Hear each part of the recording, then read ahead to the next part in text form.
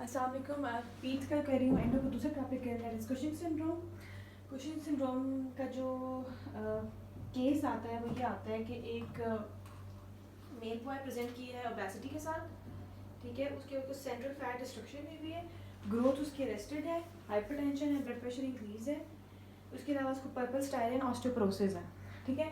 Cushing syndrome results होता है from the excessive adrenoccorticotropic hormone production by the anterior pituitary gland resulting in leading to the release of the excess cortisol from the adrenal gland. Regulation सबको पता है, hypothalamus से क्या release होता है, corticotropin releasing hormone, वापस interior pituitary posterior pituitary, interior pituitary से release होता है एसीटीएच और फिर वापस एड्रिनल ग्लैंड पे एक्ट करता है, वहाँ पे कॉर्टिसोल होता है, कॉर्टिसोल रिलीज होगा, एसीटीएच एड्रिनल हाइपरप्लेजिया कॉज करता है। अब एड्रिनल ग्लैंड के दो आपके पास क्या होता है, एड्रिनल कॉर्टेक्स होता है, एड्रिनल मेडुला होता है। एड्रिनल कॉर्टेक्स में क्या क्या होता है, ग्लूकोकॉर्टिकोराइड, मेडुलाकॉर्टिकोराइड, और जो इसमें है एंड्रोजेंस होते हैं, और जो दूसरा क्या है, जो एड्रिनल मेडुला है उससे एपिनेफ्रिन और सिम्पथेटिक हार्मोन्स होते हैं, एपिनेफ्रिन और एपिनेफ्रिन, ठीक है।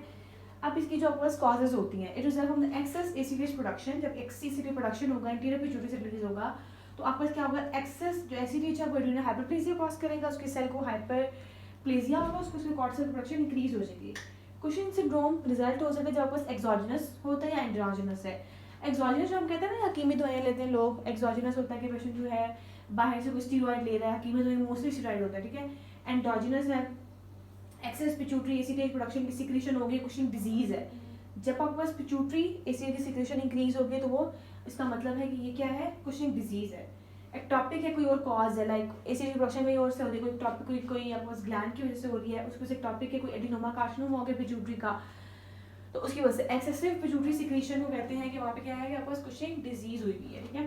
कुशिंग डिजीज है, अगर पिट्यूटरी ग्लैंड जो है वो एसीटीएच की प्रोडक्शन इंक्रीज करे तो उससे कहते हैं कि कुशिंग डिजीज है। कुशिंग सिंड्रोम का मतलब क्या होता है कि सिम्टम्स का कलेक्शन है, ठीक है। तो एसीटीएच इंडिपेंडेंट होता है और एक होता है एसीटीएच डिपेंडेंट। एसीटीएच इंडिपेंडेंट का मतलब है कि एसीटीएच जो आपको आ रहा है एंड्रियो पिट्यूटरी से उस पर डिपेंड नहीं है कॉर्टिसोल इंक्रीज लेवल, ठीक है। जो बच्चे 7 ईयर से कम होते हैं जिनको हाइपर जो कोलेस्ट्रोलिज्म होता है, ठीक है, तो वो आपका क्या हो सकता है, या तो इट्रोजेनिक है, ठीक है, तो वो आपके पास उसमें होते हैं कि अच्छा, अगर एसीटीएच इंडिपेंडेंट है तो वो कुशिंग सिंड्रोम है। Difference between Cushing syndrome and Cushing disease is that like ACTH का इंडिपेंडेंट है, इंटीरियर पिट्यूटरी से एसीटीएच रिलीज नहीं हो रहा है, लेकिन वो कॉर्टिसोल के इंक्रीज लेवल उस पर डिपेंड नहीं कर रहा, सम अदर कॉज है, लाइक एड्रिनल कॉज हो सकता है, एड्रिनल ग्लैंड में खुद कोई मसला आया हुआ है, ठीक है, या उसके यहाँ से ग्लूकोकॉर्टिकोराइड एक्सोजेनसली दिया है, उसके स्टेड हो गया है, या फिर ट्यूमर एडिनोमा कार्सिनोमा है। लेकिन जो एसीएच डिपेंडेंट है, जो कुशिंग डिजीज है, ठीक है, वो हाइपोथैलेमस से कोई ट्यूमर है, कोई पिट्यूटरी का ट्यूमर है, इन दोनों की कॉज होगी।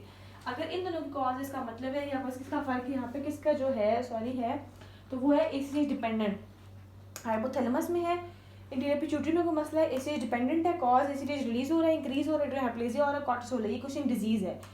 अगर कॉज कॉर्टिसोल इंक्रीज हो रहा है लेकिन कॉज जो है वो ये नहीं है, तो ये आपके पास क्या है, एक्सोजेनस स्टेरॉइड हम ले रहे हैं तो आपके पास क्या है, वो इंडिपेंडेंट कुशिंग सिंड्रोम है। तो आप हिस्ट्री में पेशेंट से ज़रूर पूछते होते हैं कि आपको हकीमी ड्रग हिस्ट्री में होता है ना कि ड्रग हिस्ट्री का पोर्शन होता है, तो उसमें ज़रूर लेते हैं कि कोई कॉज तो नहीं है और कोई और आप दवाइयाँ तो नहीं ले रहे, कोई आप बाहर से कुछ हकीम के पास तो कभी नहीं गए, तो आपने ये नहीं रूल आउट करना होता है, ठीक है। जो एसीएच डिपेंडेंट कॉज है, हाइपोथैलेमस हो गया, एडिनोमा पिट्यूटरी हो गया, एक्टॉपिक।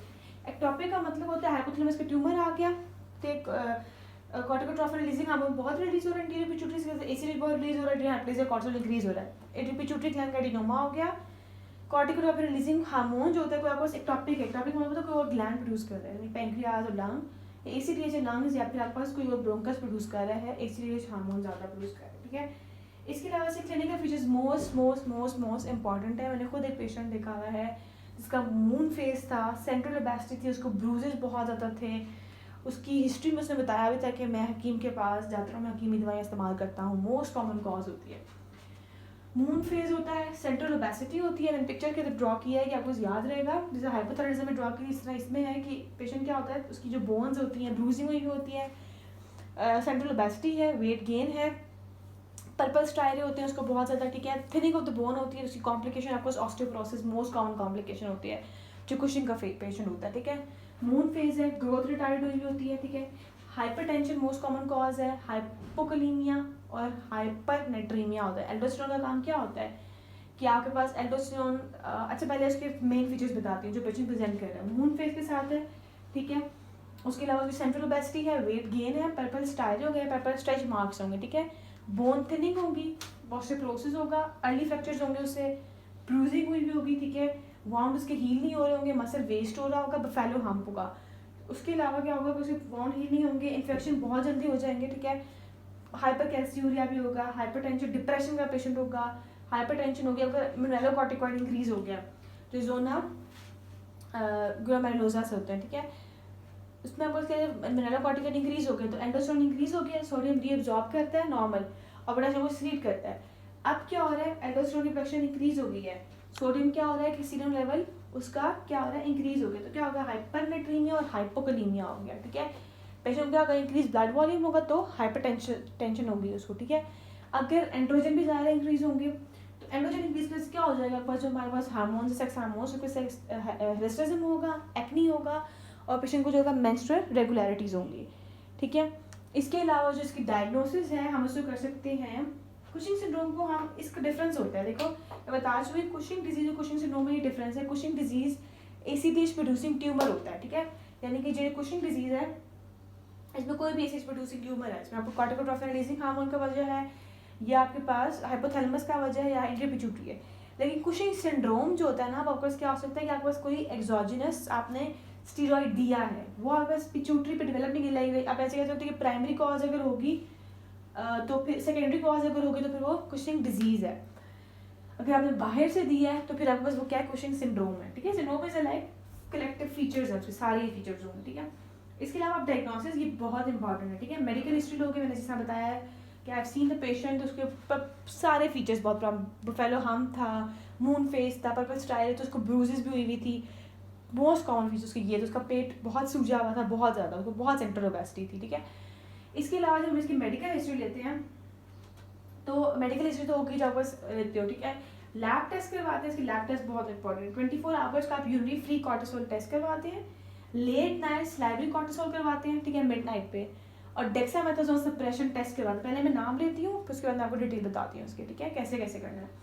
सीरम एसीटीएच लेवल्स करवाते हैं, इलेक्ट्रोलाइट्स करवाएंगे, हाइपोकैल्सियूरिया होगा, हाइपोकलीमिया होगा, हाइपरनेट्रीमिया होगा, यहाँ पे सोडियम भी हाई होगा। कॉर्टिकोट्रोफिन जो आपस किया है कि स्टिमुलेशन टेस्ट करवाएंगे। इसके अलावा हम एमआरआई भी करवा सकते हैं कि रूल आउट करने के लिए आपको कोई कॉज जो है वो एड्रिनल ग्लैंड की, अगर आपको पता लगे कि कॉज एड्रिनल ग्लैंड की है तो फिर आप उसको परफॉर्म करते हो कि पिट्यूटरी का एड्रिनल का एक टॉपिक एसीटीएच तो नहीं है, तो विजुलाइज रेडियोलॉजिकल स्टडीज करते हो कि पता लगने की कोई कुछ ट्यूमर तो नहीं है, तो उसके लिए एमआरआई करवाते हो, ठीक है। स्लाइवरी कॉर्टिसोल जो आप बस ऑब्टेन करते हो, आप मिड नाइट भी करवाते हो, तो वो हाईली स्पेसिफिक और बहुत सेंसिटिव टेस्ट होता है कॉर्टिसोल हाइपर कॉर्टिसोलिज्म के लिए, ठीक है। और जो आपके पास जब कॉर्टिकोट्रोफिन रिलीजिंग हार्मोन टेस्ट करवाते हैं तो हम उसमें देख रहे होते हैं कि आपको एक टॉपिक कोई कॉज तो नहीं है, यानी कि कॉज जो है वो कोई लंग से कोई ट्यूमर तो नहीं है, पैंक्रियास से कोई ट्यूमर तो नहीं है, इसकी कोई कॉज तो नहीं है, तो हम उसको करते हैं कॉर्टिकोट्रोफिन रिलीजिंग स्टिमुलेशन हार्मोन टेस्ट करवाते हैं, डिफरेंस डिस्टिंग्विश करने के लिए कि पिट्यूटरी या एक टॉपिक सोर्स तो नहीं है एसीटीएच की, या तो पिट्यूटरी सोर्स तो नहीं, पिट्यूटरी से एसीटीएच रिलीज नहीं हो रहा, या एक टॉपिक तो नहीं, तो इसके लिए हम क्या करवाते हैं, ये टेस्ट करवाते हैं जो हम कॉर्टिकोट्रोफिन स्टिमुलेशन टेस्ट करवाते हैं, ठीक है। इसके अलावा जो है सीरम क्लोराइड पोटेशियम लेवल के बाद दोनों लो होंगे, हाइपोकलीमिया होगा और हाइपोकैल्सियूरिया। अब जो सीरम एसीटीएच लेवल्स हैं जो रह गया था, इसके अलावा क्या था कि हम सीरम एसीटीएच लेवल्स डायग्नोसिस में बता रही थी।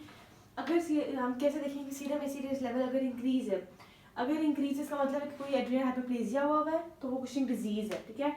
या डिक्रीज हो जाएगा कि आपके पास क्या होता है, इंक्रीज हुआ कोई आपके पास एसीएच डिपेंडेंट या आपके पास एक टॉपिक कॉज होती है, पिट्यूटरी ट्यूमर हुआ, या डिक्रीज हुआ एड्रिनल ट्यूमर है, इंडिपेंडेंट कॉज है, एसीएच इंडिपेंडेंट है। जो भी हम कॉर्टिसोल लेवल्स करवाते हैं ना वो सुबह 8 बजे करवाते हैं, क्योंकि वहाँ पे क्या होता है कि जो सुबह इसकी जो इंक्रीज हुआ होता है, ठीक है, हार्मोन जो इंक्रीज होता है अर्ली मॉर्निंग में, ठीक है। डेक्सामेथासोन सप्रेशन टेस्ट होता है, जो हम हाई डोज चाहिए 25 से लेकर 30 माइक्रोग्राम पर की डेक्सामेथासोन देते हैं 11 बजे, ठीक है, स्टीरॉइड है, और सुबह मेजर करते हैं 8 बजे।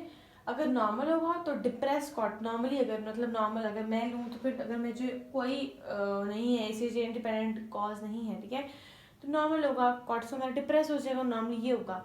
अगर कॉर्टिसोल डिप्रेस नहीं हो रहा, सप्रेस नहीं हो रहा, कॉर्टिसोल डिप्रेस नहीं है, उसका मतलब पूरा जो है वो क्या है, कुशिंग सिंड्रोम है, ठीक है। इसके अलावा हम सिटी स्कैन करवाते हैं, अगर आपके पास 1.5 सेंटीमीटर ज़्यादा हो गया, आपके पास कोई भी ट्यूमर हो गया तब होता है। और इलेक्ट्रोलाइट्स करवाते हैं, वही हाइपोकैलेमिया हो गया, हाइपरनेट्रीमिया और हाइपोकैल्सीमिया हो गया, ठीक है। ट्रीटमेंट क्या होता है मेडिकल और सर्जिकल से। मेडिकल में पहले है, मेडिकल में हम ये करते हैं, यहाँ पे सेरोटोनिन एंटागोनिस्ट देते हैं, कायरोहेप्टेडीन देते हैं, यहाँ पे ब्रोमोक्रिप्टीन, ठीक है, एनालॉग्स होते हैं जो, ठीक है।